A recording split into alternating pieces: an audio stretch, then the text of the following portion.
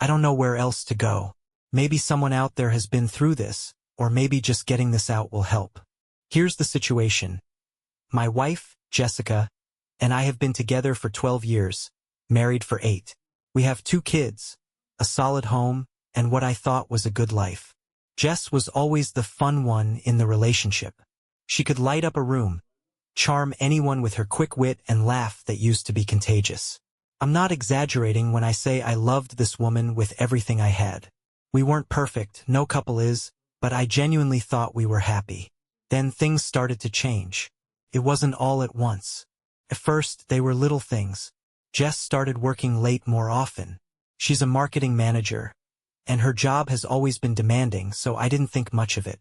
Big project, she'd say. Tons of deadlines. I bought it. Why wouldn't I? We trust our spouses, right? But then there were other signs. She started dressing differently. Tighter dresses, new lingerie she'd bought just for herself, which is apparently a thing now.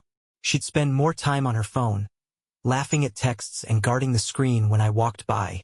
When I'd ask her what was so funny, she'd roll her eyes and say, "Oh, relax. It's just group chat stuff with the girls." The thing that really nagged at me, though, was her attitude.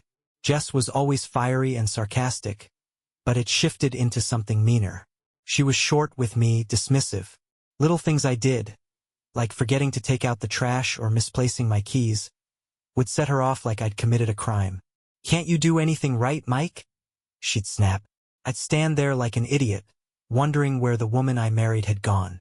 I'll admit I chalked it up to stress. 2 kids, a busy job. Maybe she was just overwhelmed. I tried harder. I started cooking more dinners, taking on extra chores, planning little date nights to cheer her up. I even bought her flowers one Friday evening, just because. You know what she said when I gave them to her? "Really, Mike? These are going to die in 2 days. You might as well just burn $20. She laughed like it was a joke, but it stung. I just stood there with the flowers in my hand, feeling small. That was the first time it hit me that something was off. I didn't say anything about it that night. I wanted to believe it was just a bad mood, a rough week. But deep down, I felt it, like a splinter under my skin. Something was wrong, and I had no idea how bad it was going to get. After the flower incident, I started noticing everything. You know how, once you have a bad feeling, it's like your brain refuses to shut up? Every little detail became a clue in this mystery I didn't want to be solving. Jessica's phone habits got worse. She was glued to it, always texting, scrolling, laughing at things I wasn't part of. She'd angle the screen away from me or take it with her everywhere. I mean everywhere. Shower? Phone's there. Bathroom? Phone's there. And when I joked about it, she'd snap, "You're being paranoid." "What? You want me to start checking your phone now?" For the record, I have nothing to hide. But the way she threw that back at me it didn't sit right. And then there were the nights she'd work late. At first, I tried to believe her. She'd text things like, "Big presentation, don't wait up. Love you." But when she'd come home, her excuses were vague. "Oh, it was a long meeting." Or, "Traffic was awful getting out of the office." Except we live in a mid-sized town. Traffic here barely lasts 10 minutes unless there's a parade. And let me tell you, there was no damn parade. The late nights started happening a lot. She'd waltz in hours after bedtime, sometimes smelling like she'd put on a fresh spritz of perfume. I remember asking, "You put on perfume for the office now?" And she laughed. Actually laughed. Like I was an idiot. "Mike, you're reading too much into this. I sprayed it in the car because it smelled weird. You're seriously losing it." And I believed her. Or tried to. It's hard to admit your brain and heart are at war. One side screams, "She's lying," while the other whispers, "No, it's Jessica. Your wife. She'd never." I started feeling like a crazy person in my own home, doubting myself, wondering if I was just imagining all of this. But deep down, that splinter kept digging. Then the turning point came. One Saturday morning, I took the kids out for pancakes so Jessica could sleep in. She'd been exhausted after another mysterious work night. We had a great time. Me and the kids laughing, slathering way too much syrup on everything. It was one of those moments that reminded me what really mattered. When we came home, Jessica was still in bed, but her phone was on the kitchen counter. Unlocked. Now listen, I didn't plan to look. I swear I didn't. But there it was, buzzing with notifications, screen glowing like a beacon. And then I saw the message that changed everything. It was from a contact saved as Carly Work, someone I'd never heard of. The text said, "Last night was amazing, face blowing a kiss, can't wait to see you again." I froze. My brain just stopped. I picked up the phone, my hands shaking so hard I could barely scroll. And there it was, a whole thread of texts. Flirty messages, plans to meet up, stupid pet names like Babe and Love. There were late-night timestamps, messages about being careful and not getting caught. And the worst part? Carly wasn't a woman. I clicked on the contact, and the picture that came up was of a man, Brian. A guy I'd met once or twice at her company's holiday parties. Tall, cocky, with a slicked-back haircut that screamed, "I think I'm hottie." I remember him because he had this way of looking at Jessica. Too long, too intensely. But I never thought she'd notice him. I guess I was wrong. I felt sick. My hands were clammy, my head spinning. I put the phone down like it burned me and stumbled back. Couldn't breathe. My wife, the woman I'd built a life with, the woman I thought I knew, was cheating on me with some arrogant prick from her office. I didn't know what to do. Should I confront her right then and there? Should I wait? My kids were in the living room, watching cartoons and laughing like nothing was wrong. I didn't want them to see any of this. So I did what I thought was best at the moment. I grabbed my keys, told the kids I had to run an errand, and left. As I drove aimlessly around town, my mind went in circles. How long had this been going on? Was it just Brian? What else had she lied about? Had it always been a lie? And the worst question of all, what the hell do I do now? I don't know how long I drove that day. My hands were numb on the steering wheel, my thoughts running on a loop. How could this happen? Why did this happen? I parked outside some random gas station and sat there, staring at nothing, trying to pull myself together. By the time I got back home, the kids were still on the couch, and Jessica was in the kitchen, sipping coffee like nothing had happened. She looked up when I walked in. "Where'd you run off to?" she asked casually. That was it. That stupid, innocent question tipped me over the edge. "Really, Jess?" I snapped, slamming my keys on the counter. "That's what you're asking me right now?" She blinked, clearly caught off guard. Yeah? What's your problem?" I stared at her, my heart pounding in my chest. "Who's Brian?" The color drained from her face so fast. I swear I saw it happen in real time. What are you talking about?" "Don't play dumb, Jess." I took a step closer, my voice low but shaking. "I saw the texts. Last night was amazing. Can't wait to see you again. That Brian." She froze, gripping the edge of the counter. For a second, it looked like she was going to deny it, like she was already preparing some half-assed excuse. But then she switched tactics. "You went through my phone?" She spat, her eyes narrowing. "Are you kidding me, Mike? That's an invasion of privacy." "Privacy?" I practically shouted. "You're cheating on me? And you're worried about your privacy? That's what you're going with right now." She crossed her arms and tilted her chin up, the same way she does when she knows she's cornered. "I'm not cheating," she said firmly. "Brian is just a coworker. We were blowing off steam. It's not what you think." "Not what I think?" I laughed bitterly. "Jess, I read the messages. You called him babe. You snuck around behind my back for months. Don't insult me by pretending I didn't see what I saw." Her face flushed red, and I swear to God, instead of apologizing, she doubled down. "Maybe if you weren't so boring, I wouldn't have had to look elsewhere." Felt like a slap to the face. My jaw actually dropped. "Are you serious right now?" "Yes, Mike, I'm serious," she shot back, her voice rising. "You're so predictable. All you do is work, come home, and sit on the couch like a sad old man. Brian makes me feel alive. He makes me feel wanted." I couldn't believe what I was hearing. The woman I loved, the woman I'd spent over a decade building a life with, was standing there blaming me for her affair. "So this is my fault now?" I asked, my voice breaking. "You're the one sneaking around, lying to my face, and you have the audacity to blame me?" She rolled her eyes. "You wouldn't understand. You never understood me." I had to walk away before I said something I'd regret. I stormed out of the kitchen, my hands shaking, my heart hammering. My kids were still in the living room, oblivious to the storm raging in the other room. I couldn't let them hear this. I went to our bedroom, slammed the door, and just stood there, breathing hard. I wanted to scream. I wanted to punch a hole in the wall. I wanted to hurt her the way she just hurt me. Instead, I sat on the edge of the bed and put my face in my hands.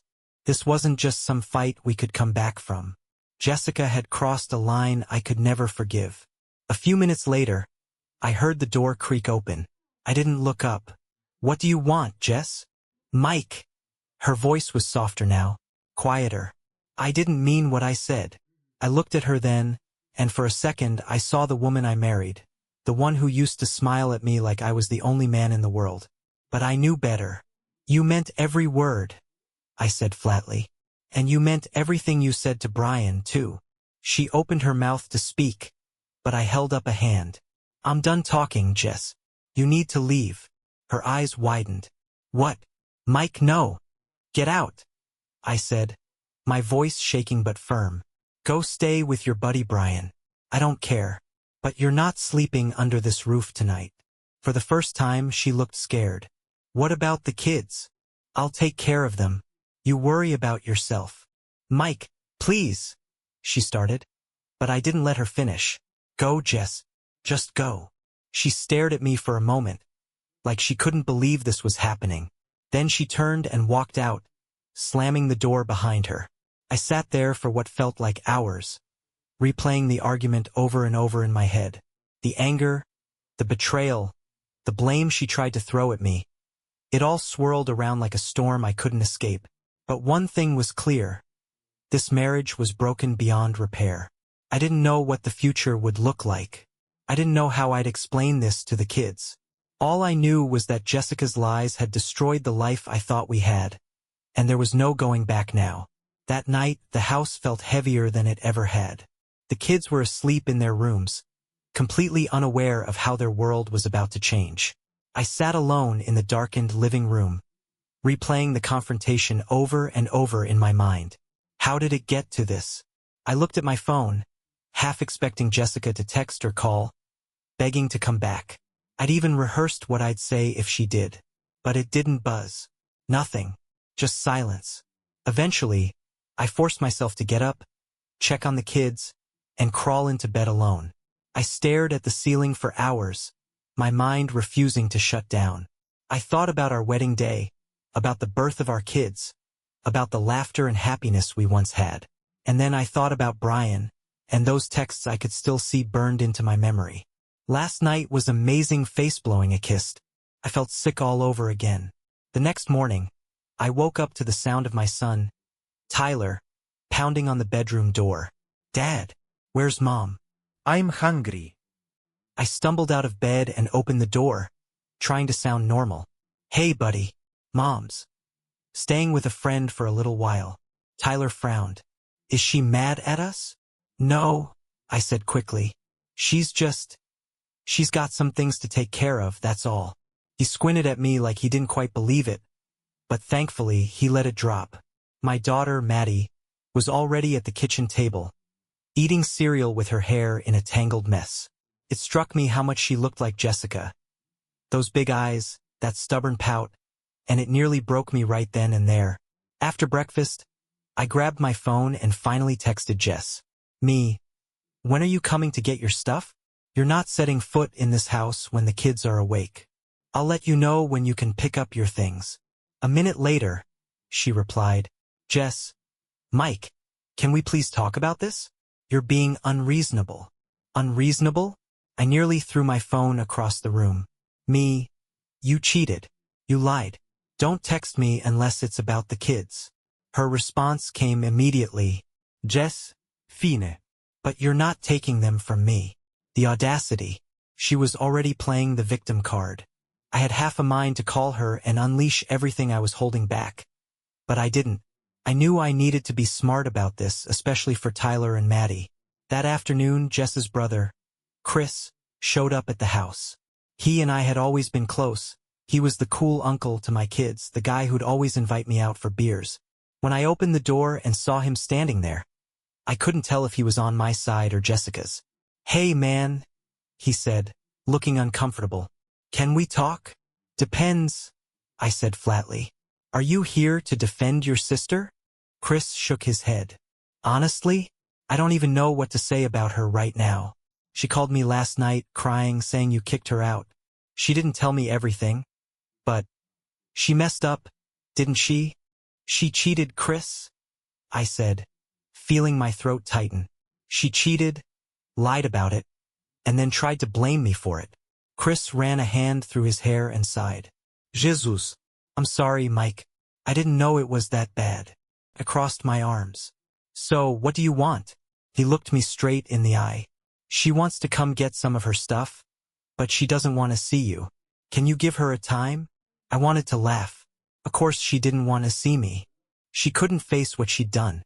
"Tell her to come by tonight after 8, I said. "The kids will be in bed, and I'll be out." Chris nodded, looking awkward again. "You know, for what it's worth, I'm on your side here." I don't know what the hell she was thinking. I didn't answer. I just nodded and shut the door behind him. That night, I packed up a couple of boxes of Jessica's things and left them in the hallway for her. I didn't want her lingering in the house, touching things, leaving her scent behind. I couldn't stand the thought of it. I dropped the kids off at my mom's place for a sleepover, told them it was just for fun. Then I drove to a bar on the edge of town, the kind of place where no one asks questions and no one cares who you are. I sat at the counter, staring into a glass of whiskey and wondering how the hell my life got here. A guy a couple of seats down struck up a conversation. "Rough night." "You could say that," I muttered. "Wife trouble." I looked at him, surprised. "How'd you guess?" He chuckled, raising his glass. "Buddy, we've all been there." I didn't respond. I just downed the rest of my drink and left, the cool night air hitting me like a slap. I didn't go home right away. I just drove around for hours, letting the empty streets and the hum of the engine drown out the noise in my head. When I finally pulled back into the driveway after midnight, Jess's car was gone, and so were her boxes. For the first time, it hit me that this was real. She was gone. Our life, our marriage, all those years. It was all crumbling to dust. I sat there in the dark, staring at the empty space in the driveway where her car used to be. I wanted to feel relief, like I'd finally gotten rid of a weight dragging me down. But all I felt was anger, sadness, and the beginning of something else. Something I wasn't ready to admit yet. This was only the beginning of the fallout. The next morning, I woke up to a string of texts from Jessica. "Jess, I want to come home and talk." "Jess, the kids need me, Mike." "Jess, you can't keep me away from them. I'll get a lawyer if I have to." I sat on the edge of the bed, staring at the screen, my jaw tightening. I hadn't told the kids anything yet. What the hell was I supposed to say? Mom lied, cheated, and now everything's broken? No kid deserves to hear that. I fired back one response. "Me, you can see the kids. But you and I have nothing to talk about." A couple of hours later, I got a knock on the door. It was Jessica, unannounced. She looked polished, like she'd spent an hour on her hair and makeup, which made me even angrier, like she thought she could charm her way back into my good graces. "I told you to text first," I said, blocking the doorway. "Mike, please." She put on that familiar, soft voice. "Can we at least sit down? I need to explain." "I don't need your explanations," I shot back. "You cheated. End of story." She sighed, her eyes darting past me. "Can I see the kids?" "They're at my mom's." Her face fell, and for a moment, she looked genuinely upset. "You can't keep me from them, Mike." "I'm not," I said firmly. "You're their mom, and they love you. But you and I, we're done. You need to accept that." Her face twisted, and suddenly, the act dropped. "You're being dramatic, Mike," she snapped. "It was a mistake." The stupid mistake. You're blowing this way out of proportion. Blowing it out of proportion? I laughed bitterly. You slept with another man, Jess. You lied to me, to the kids, hell, to yourself. What part of this am I supposed to take lightly? She didn't answer. Instead, she huffed and stormed off, leaving me standing there fuming. I knew this wasn't over. Jess was the kind of person who couldn't stand losing, and right now I was the one holding all the cards. That afternoon I called a lawyer. I didn't want a messy divorce, but I wasn't going to risk Jessica trying to take the kids out of spite. I needed to protect myself and them. But before I could finalize anything, my phone rang. It was a number I didn't recognize. Hello, I answered. Mike? It's Brian. I froze. For a second, I thought I misheard him. Brian who? Jessica's Brian. I almost hung up. Why the hell are you calling me? Because you deserve to know something, he said quickly. Jessica's been lying to both of us. I couldn't believe what I was hearing. What do you mean? She told me you two were separated, Brian admitted. She said your marriage was over, and you were just roommates for the kids' sake. I didn't know she was lying until a coworker told me the truth. I swear to God, Mike, I didn't know she was stringing me. And you, along. I leaned back against the kitchen counter, stunned. Jessica didn't just cheat on me. She built an entire fake reality around it. So, what? She was playing us both. Seems like it, Brian said, his voice bitter. I ended things the second I found out, but I thought you should know. She's not who you think she is, man. I hung up and sat there, my mind spinning. Jess hadn't just betrayed me. She'd orchestrated this entire mess with a web of lies so thick. Even the guy she cheated with got caught up in it. I didn't think I could feel worse about her. But somehow I did. That night, I picked up the kids from my mom's and brought them home. I kept things light, made them dinner, and let them watch an extra episode of cartoons before bed. I wanted them to feel safe, even if my world was crumbling. Around 9 p.m., there was another knock on the door.